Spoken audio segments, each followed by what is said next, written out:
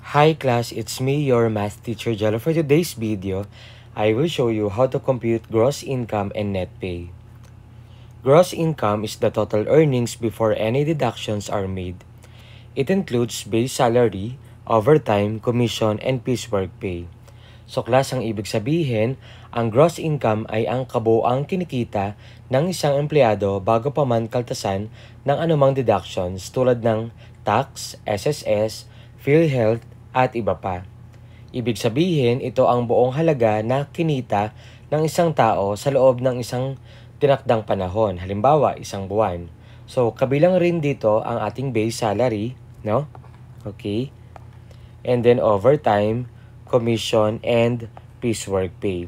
So, alam naman natin, ang base salary ay regular o pangunahing sahod na natatanggap ng empleyado. Ang overtime naman, or overtime pay, karagdagang bayad para sa oras na nagtrabaho lampas sa regular na oras ng pagtatrabaho. At ang commission naman, or commission, karagdagang kita na base sa dami ng benta o performance. And then yung piecework pay na sinasabi, ito naman yung bayad para sa bawat piraso ng trabahong natapos. Okay? So, a good example, kung ang isang empleyado ay may base salary or basic salary na 20,000 pesos, tapos ang overtime niya ay 2,000 pesos, at ang commission niya ay 3,000 pesos. So, sa isang buwan, kapag pinag-add natin yon, so 20,000 plus 2,000 plus 3,000, that is equal to 25,000. Okay? So, simply, the formula is given by gross income is equal to salary plus allowances.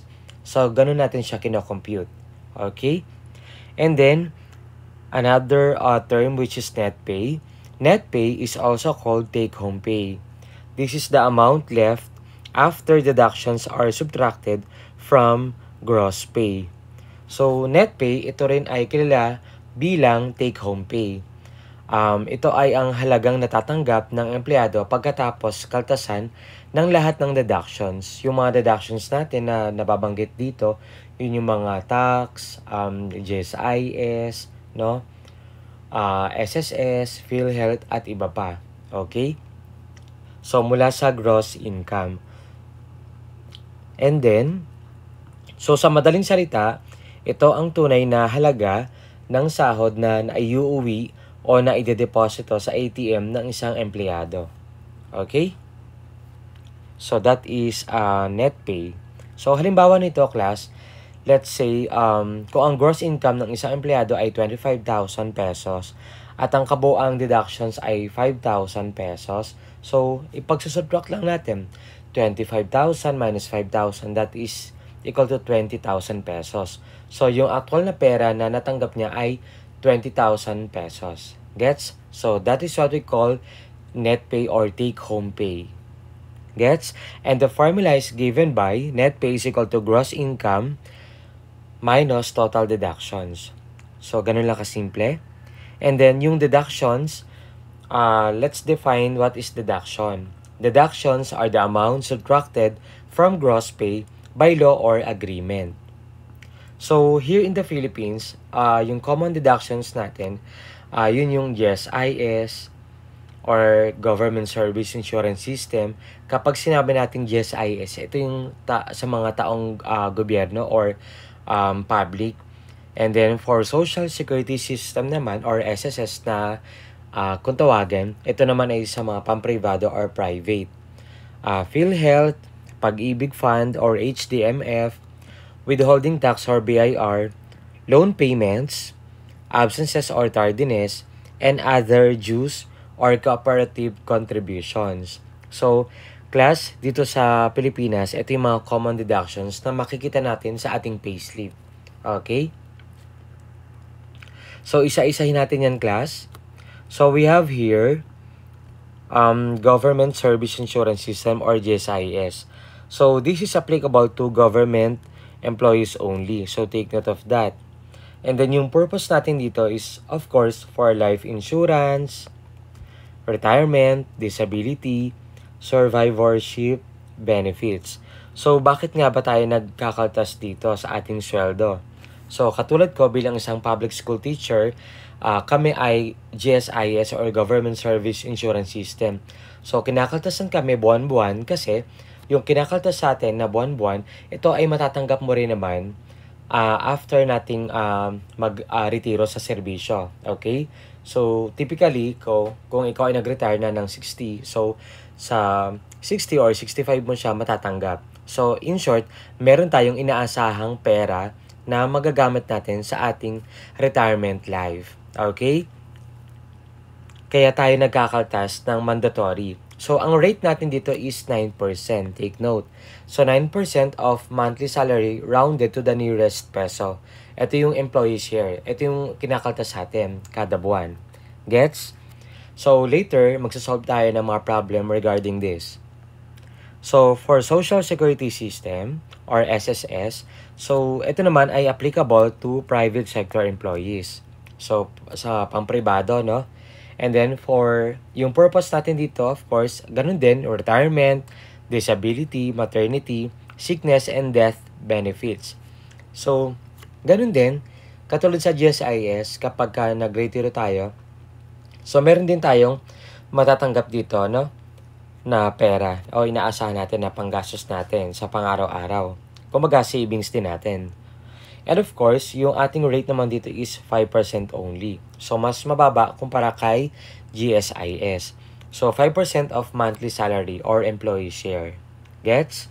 And then, PhilHealth naman, applicable to all employees. So, kung si GSIS for public or for government, and then si SSS for private only, si PhilHealth naman ay applicable to all employees, mapa-privado man or mapa-public. Okay?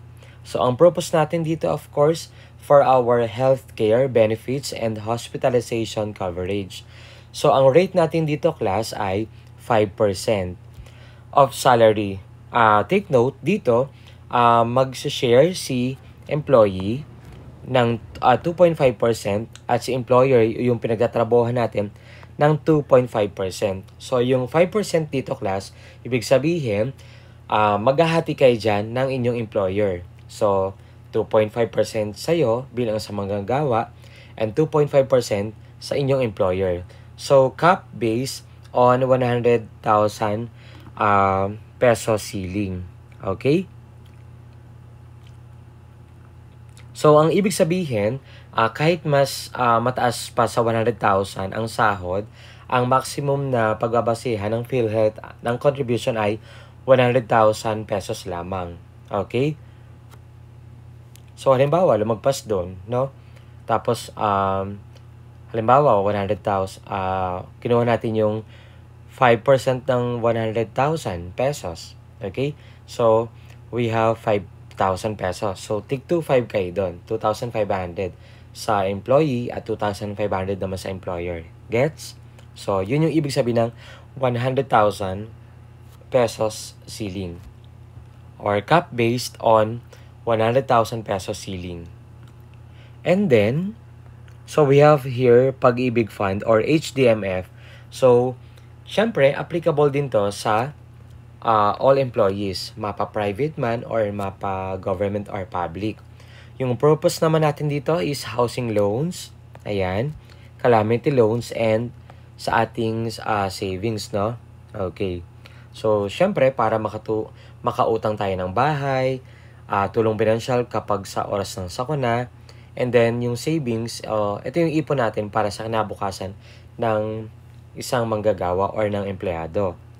And guys, ang rate naman natin dito is 2% of monthly salary, capped at 200 pesos. So, class, ang ibig sabihin, ang empleyado ay kinakaltasan ng 2% ng kanyang buwanang sahod. Pero, sabi dito, capped at 200 pesos. Ibig sabihin, kahit mataas ang sahod, ang maximum na ikakaltas sa atin ay 200 pesos. So, period, yun lang. Maximum na ay 200 pesos.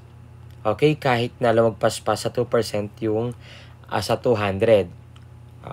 Gets? Halimbawa ako, ang sweldo ko ay bilang isang public school teacher ay 34,421 pesos. Okay, kung kukunin ko, ang 2% nun ay meron akong 688 pesos and 42 cents. So, kahit lumagpas yun sa 2%, so 200 pesos lamang ang ikakalta sa akin. Gets? So, yun yung ibig sabihin ng cap at 200 pesos.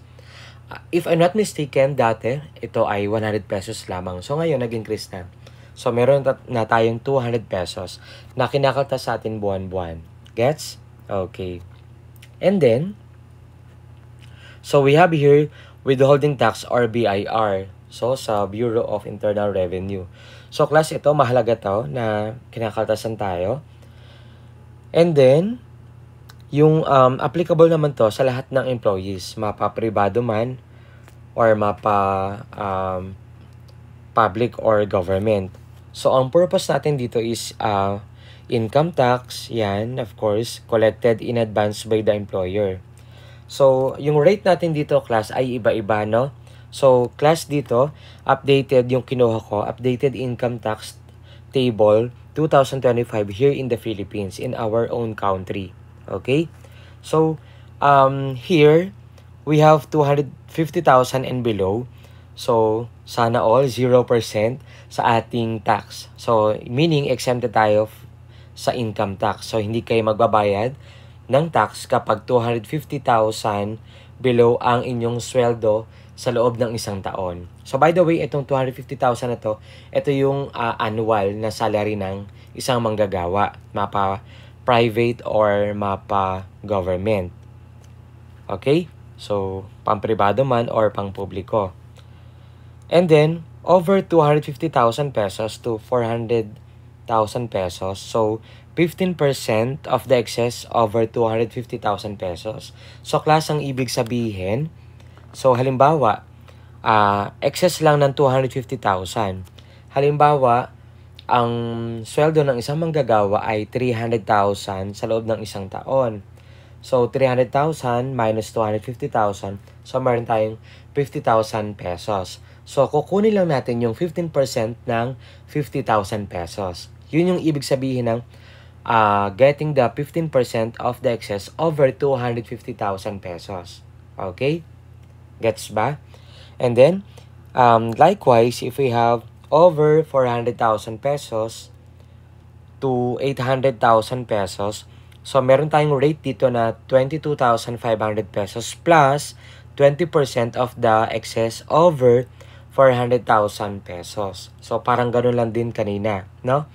And then, over 800,000 pesos to 2 million pesos, ang rate natin dito na ikakaltas ay 102,500 pesos plus 25% of the excess over 800,000 pesos.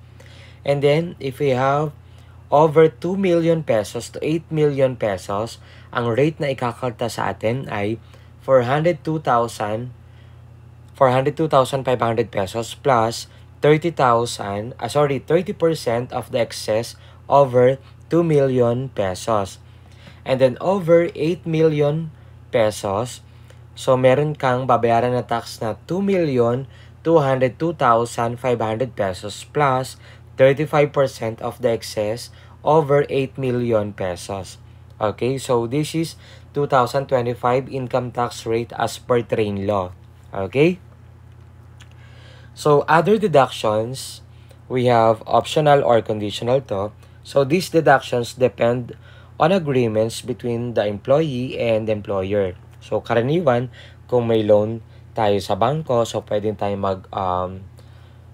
pwedeng sa bangko tayo mismo mag-settle ng ating loan or pwedeng i-deduct ng employer. Tapos, si employer bahala magbayad sa bangko na inutangan natin. Okay?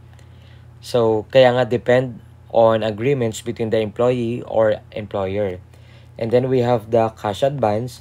So, usually guys, yung cash advance sa mga private company to, no? Or sa pang-pribado, na kung saan, kapag kailangan mo na, or in need ka ng pera, so magsi-CA ka kung tawagin, yeah? Yung term na CA, so which means cash advance. So, paunang bayad, kumbaga, no? And then, absences or tardiness, yan, other deductions yan, na makikita din natin sa payslip natin. And then, yung union dues or yung cooperative, no? or cooperative contributions, yan. And then insurance premiums. Okay? So, for us to fully understand yung concept natin ngayon, so let's have 3 examples here. Okay? So, example number 1, Jello works in a company and earns 695 pesos per day. So, take note of that. He worked 22 days this month. What is Jello's gross pay for the month, considering his deductions for SSS, PhilHealth, Pag-ibig, and tax? Compute his net pay for the month. Okay? So guys, I suggest mas maganda itatable natin yung sagot natin para mas naka-itemize siya, para mas nakikita natin yung magiging sagot natin. Or it looks organized, kumbaga, no? Okay. So, here, sinulat ko na yan. Items, computation, and then the amount. So, yung items natin dito, so, pinapahanap sa atin yung ating gross income ni Jello. Okay. So, dito, ang ating gross income. Let me use another color.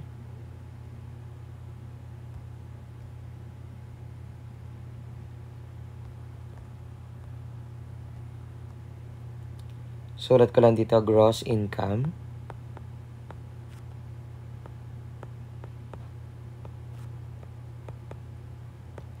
And then, yung computation natin dito, as we analyze the problem, Jello works in a company and earns 695 pesos per day. Okay? So, and he worked for 22 days. Take note of that, ha? Okay. So, meaning, 695 pesos times 22 working days. So, using our calculator, 695 times 22, that is equal to 15,290. So, 15,290 pesos. Gets? So, ganun lang kasimple. And then, sabi pa dyan, considering his deductions for SSS, so, yung SSS natin, okay, so, paano natin makukompute yung SSS? So, since known na natin yung ating gross income, so, 15,290 pesos times, okay, sa nabanggit ko kanina, kapag SSS, so meron tayong 5% na monthly contribution. Okay? So, 5%, pwede nyong isulat times 0.05, walang problema. So, yung ating gross income na 15,290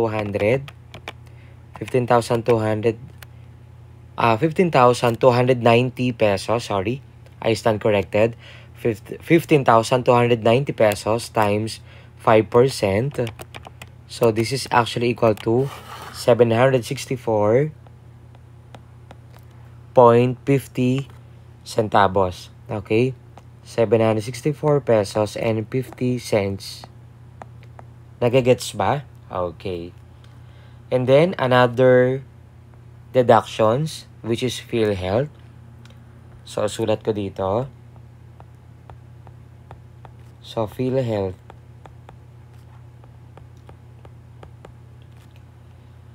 So, we have 2.5% sa nabanggit natin kanina, no? So, magsashare kasi dyan si employer tsaka si ating tayo. Yung employee tsaka ang ating employer, no? 15,290 pesos times 2.5%. So, using our scientific calculator, so we have 300. So, let me check.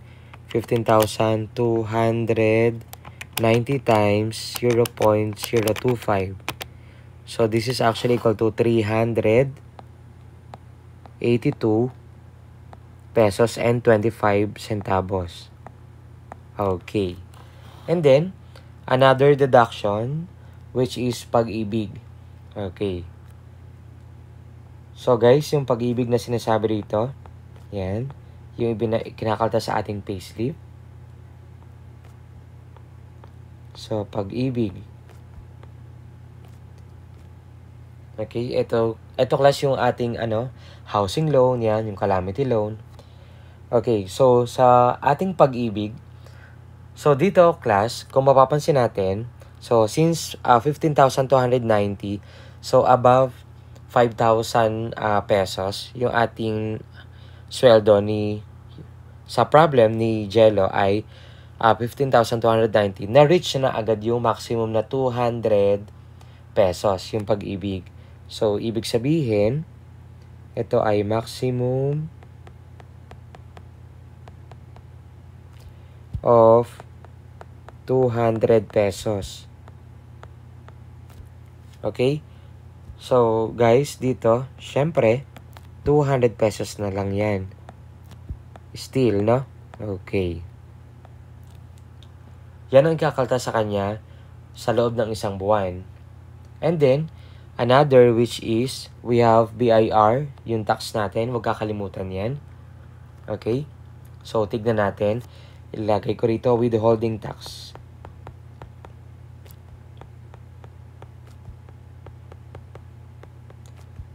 Yan, withholding tax. So, paano ba natin malalaman yung kanyang withholding tax? Okay. So, class dito, sabi natin kanina, meron tayong computation dyan. Yung ating monthly salary, i-multiply natin sa 12 months, right? Kasi in a year, we have 12 months. So, 15,290 i-times nyo by 12. So, this is actually equal to 183,480 pesos. Again, 183,480 pesos. So, kung mapapansin natin, class, yung 183,480 pesos, which is below 250,000 pesos. So, therefore, very good. Tama ang iyong nasa isip. 0% or exempted from income tax. Ayan. Kaya, i-familiarize natin to, class, yung ating train law. Okay? Gets ba? Okay, very good. So, dito, exempted yan, no? Sulat natin. Exempted. So, sana all exempted sa tax. So, dito, of course, 0.0 na yan. Naintindihan ba? Okay. And then, so we have here deductions, no? Okay. Sabi natin sa problem, ayan, compute his net pay for the month.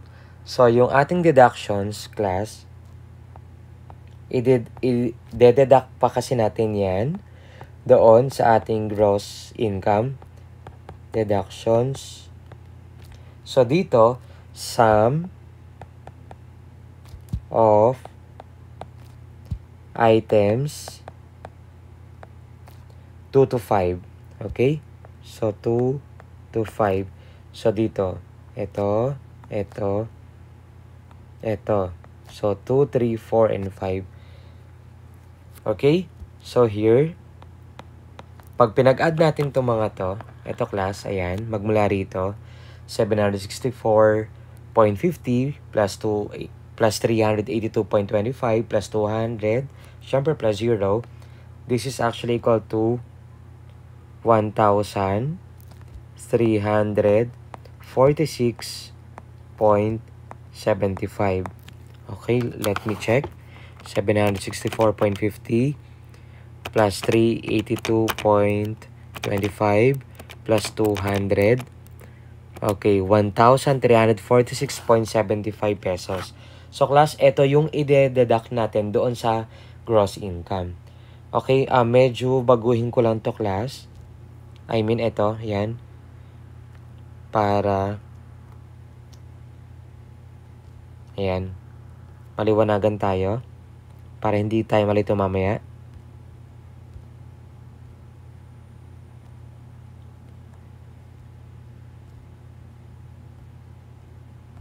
Okay? And then, syempre, to calculate the net pay, so we have formula, right? Okay. So, yung net pay, may formula tayo dun kanina. Sabi natin, gross income. So, gross income, GI stands for gross income minus total deductions already, no? Yung deductions natin. So, which is, yung naka-highlight na 15,290 minus 1,346.75 pesos. So, meron siyang 13,000. Baguhin ko yung kulay. So, meron siyang 13,943 pesos and 25 centavos.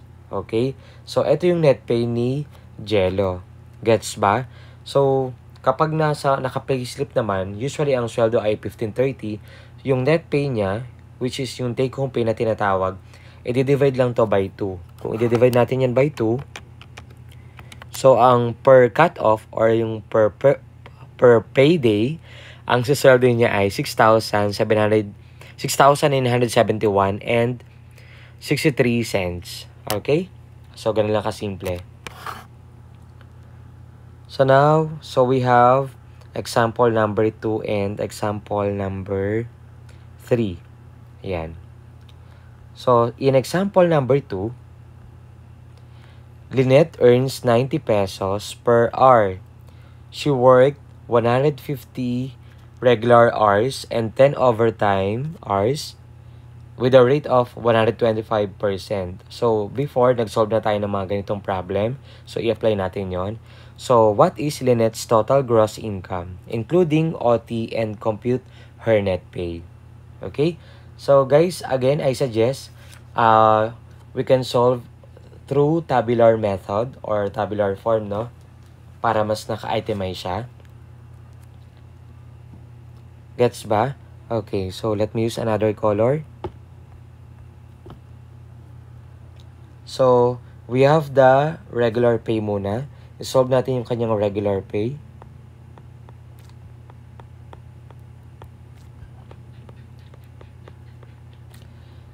So, to compute that, sabi dyan, 90 pesos per hour. And then, she worked 150 regular hours. So, meaning, ito ay 90 pesos times 150 hours, no? So, using our calculator, 90 times 150, that is equal to 13,500 pesos. Gets? So, ibig sabihin, ang kanyang regular pay, no, ay 13,500 pesos. Okay? Gets ba? And then, sabi dyan, as we analyze the problem, meron pa siyang 10 overtime hours. So, with a rate of 125%.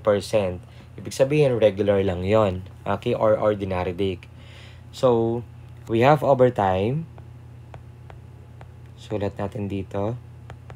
So, we have overtime pay. So, we have 90 pesos, no? 90 pesos times 10 hours.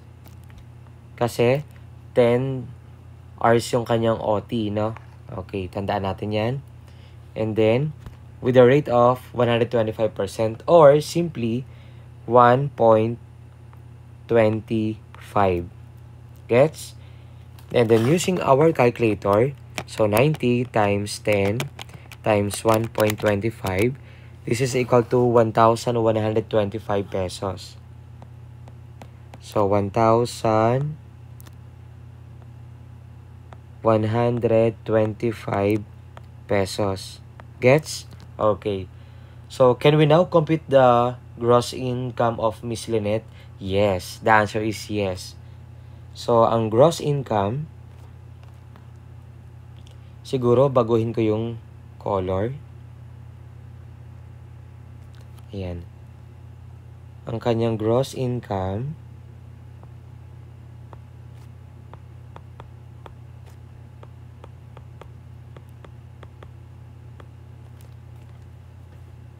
ay sum of items 1 and 2. Okay, sum of items 1 to 2, no? Ito. Yan, class. So, ito yon. So, ipag-add natin yan. So, with a total of 14,625 pesos. Gets? Okay. And then, so, analyze pa natin yan. So, meron muna tayong gross income, yung SSS niya. Okay? So, sabi dyan, what is Lynette's total gross income including OT and compute her net pay? Siyempre, dito, meron tayong ikakaltas dyan na yung mga contributions niya, no? SSS. Ayan. So, we have SSS. So, dito, so class dito, ang kukumputin lang natin dito, yung 13,500 pesos. Hindi kasama itong overtime pay niya. Kasi yung sa kanyang basic salary. No? Okay. So, 13,500 pesos times, syempre, ang SSS ay may rate na 5% monthly share, right? So, getting the 5% of 13,500 times 0.05, that is equal to 675. Tama? Okay. 675 pesos. And then, yung PhilHealth, so class, same lang ng sinolve natin kanina. Yung PhilHealth ay ganun din, 13,500 times, very good, 2.5%. Okay? And then, getting the 2.5% of 13,500, this is equal to 337.50. No? So, 337 pesos and 50 cents. And then, of course, we have Pag-ibig.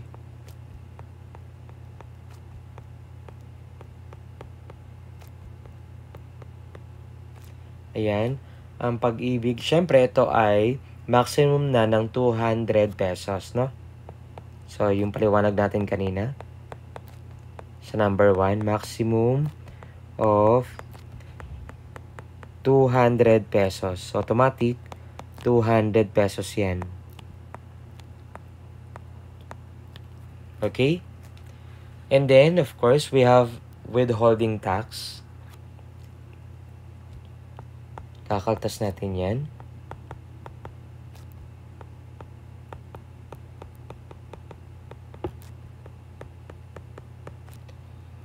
So, guys, dito, para makalculate kung meron siyang babayaran na tax, yung kanyang monthly salary na 13,500, no?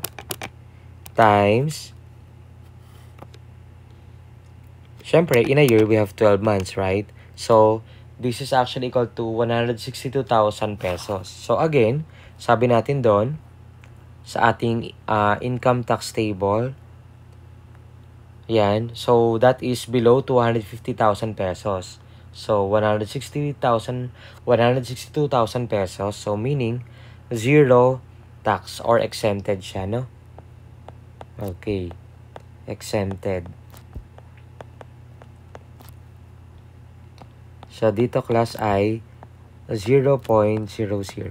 Gets? And then, of course, yung deductions. Okay. Yung ating deductions dyan, ipag-add lang yan. And then, ibabawas natin to doon sa ating gross income, no? Okay, ito naman ay sum of items.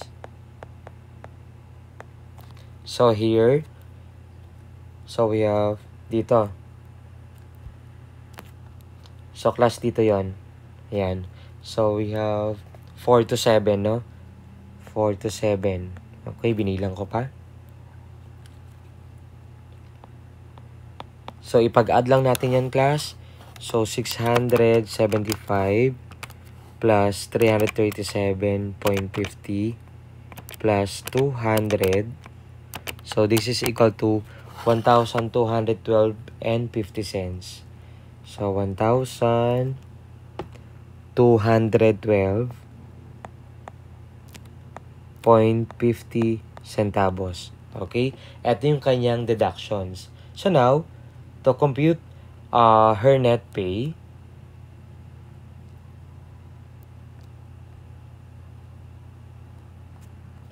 so net pay,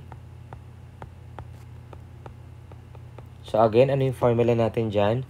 Very good. Gross income minus total deductions. Okay? So, meaning, class, ito yon. Itong ating gross income, tapos, ima-minus natin dito. So, magiging, very good, 14,625 minus 1,212.50. So, magiging 13,412. 13,412 and 50 cents. Gets? So, meaning, to answer our question, what is Lynette's total gross income, including OT and compute her net pay? So, ang kanyang net pay ay 13,412 pesos and 50 centavos. Gets? Okay. And then, last question tayo. Example number 3. Mr. Aquino is a public school teacher with a monthly salary of 68,500 pesos and non-taxable allowance of 2,000 pesos. But he also has deductions including taxes, contributions, and a GSIS loan of 5,000 pesos per month. Find his net pay. Okay, so same procedure lang na ginawa natin sa examples 1 and 2. So, madali lang yan. Okay, so, hanapin natin yung kanyang regular pay, no? Yung regular pay.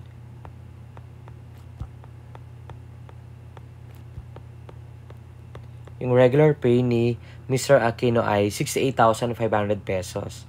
Tama? So, yan, given na yan, no? Nasa given natin. And then, yung amount nun ay 68,500 pesos. Gets? Okay.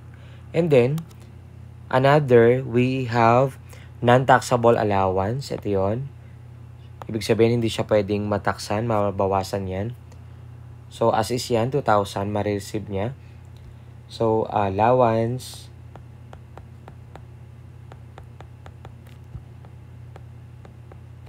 so, given din yan. That is stated in the problem. So, we have 2,000 pesos. Gets? Okay. And then, can we now calculate his gross pay ni Mr. Aquino? Yes. The answer is yes. No? I mean gross income, no? Ayan. Sulat ko, gross income.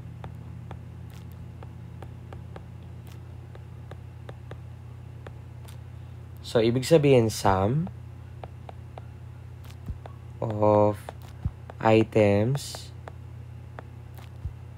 1 to 2. So, guys, ito yun. Ayan. So, ipag-add lang natin sila. So, with the total of, kahit walang calculator, kayang-kaya yan, 70,500 pesos. Ito ang kanyang gross income. Okay? And now, sabi dyan, meron tayong mga contributions na ibabawas yung mga deductions natin, like GSIS loan, yan. So, we have GSIS. Okay. So, sa GSIS, syempre, yung regular pay ang kukunin natin dito. So, class, kanina sa mga problems natin sa 1 and 2, for private yon. Dito, for government naman. Kasi we have GSIS, no? Ayan. Tatandaan niyo yan. So, itong kinocompute natin ay pang-publiko, kaya nga, or pang-government, kaya may public school teacher din dyan. Okay? So, for GSIS, so, ang kanyang amount ay 68,500 pesos times, very good. Nabanggit ko kanina, we have 9%, no? Yung monthly share. Okay, so getting the 9% of 68,500. So this is equal to 6,165. 6,165. Okay. And, of course, we have PhilHealth.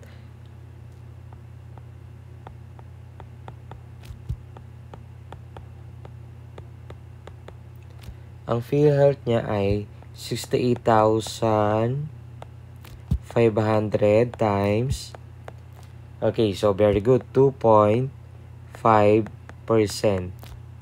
Gets ba? Okay.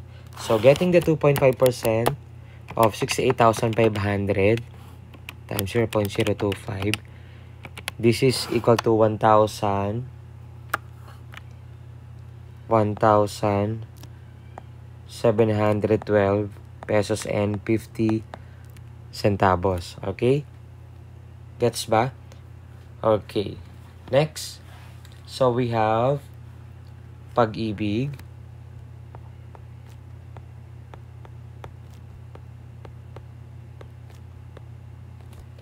So, dito, sabi ko nga kanina, yung paliwanag natin dyan. So, kahit pa lumagpas yan, basta ang cap natin dyan ay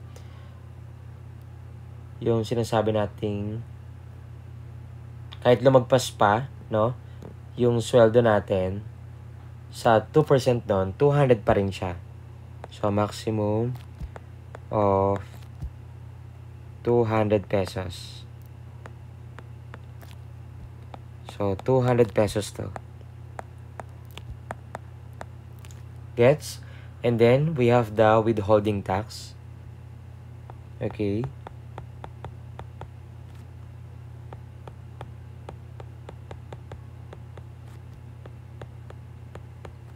So, yung kanyang withholding tax, so we have 68,500. I-multiply natin sa 12, right? 68,500 times 12. So, class, ito ay meron siyang, very good, 822,000 pesos. So, meaning, 822,000 pesos, class, ito yon sa ating table. Ayan. So, 822,000 pesos. So, ibig sabihin, nandito siya between 800,000 to 2 million pesos. So, plus 25% of excess over 800,000 pesos. Gets? Okay. So, paano ba natin yon gagawin? So, class, ganito lang yon. Okay, magsa-side solution muna tayo rito sa baba. So, 822,000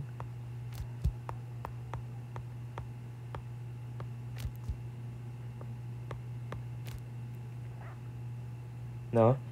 Minus 800,000 pesos. Ayan. So, magiging very good. Meron tayo ditong 22,000 pesos. Nasusundan ba ako? Okay. And then, getting the 25% of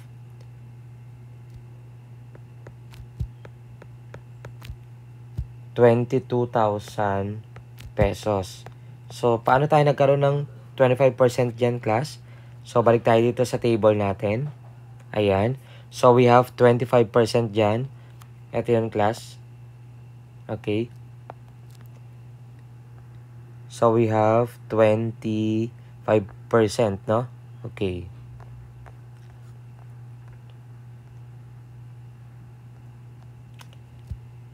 So, multiply natin yan. So, we have 5,500. 5,500. And then, kanina, meron na tayong rate doon na 2,500 plus yung ating 5,500 kasi over siya, di ba? No? Over ng 800,000 pesos. Gets? So, ito ay may kabuang 108,000 pesos. So, guys, ito yung annual tax niya. 108,000 pesos annual tax. Ngayon, para malaman natin yung kanyang monthly tax, so yung 108,000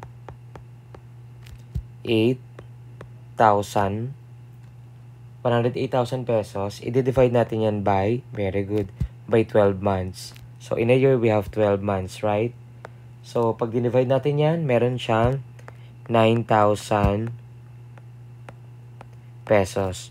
So, ito ay ang kanyang monthly tax, no? Ito naman ang kanyang annual tax. Yung isang taong tax. Okay? So, ito ay 9,000 ang ikakalta sa kanya. Gets ba? Okay. So, ito class ay per train law yan. Nasa train law. So, class, the process is too long, pero kaya nyo naman yung sagutan, I think, no? Okay. So, dito meron siyang 9,000 pesos na babayaran. Gets? Okay. So, ganun lang kasimple. And now, yung kanyang deductions. So, paano ba natin kino-compute ang deductions? So, sum of items 4 to 8, right? So, 1, 2. But before that, okay, meron pa pala tayo ditong GSIS loan of 5,000. Okay, bago ko makalimutan. Mag-insert lang ako rito. Ayan. So, we have GSIS loan. So, be mindful tayo. GSIS loan. Muntik na natin makalimutan. So, which is 5,000 pesos. Another yan, deduction din yan. So, 5,000 yan, no? So, given yan, guys. So, ilagay ko sa kabila.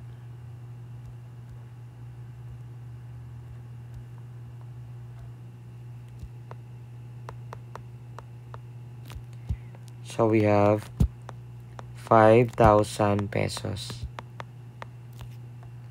Okay, so yung deductions natin, sum of items, ito yun. Ng lahat, no? So, we have GSIS up to GSIS loan. Tama ba? Okay. So, that is 4 to 8, right?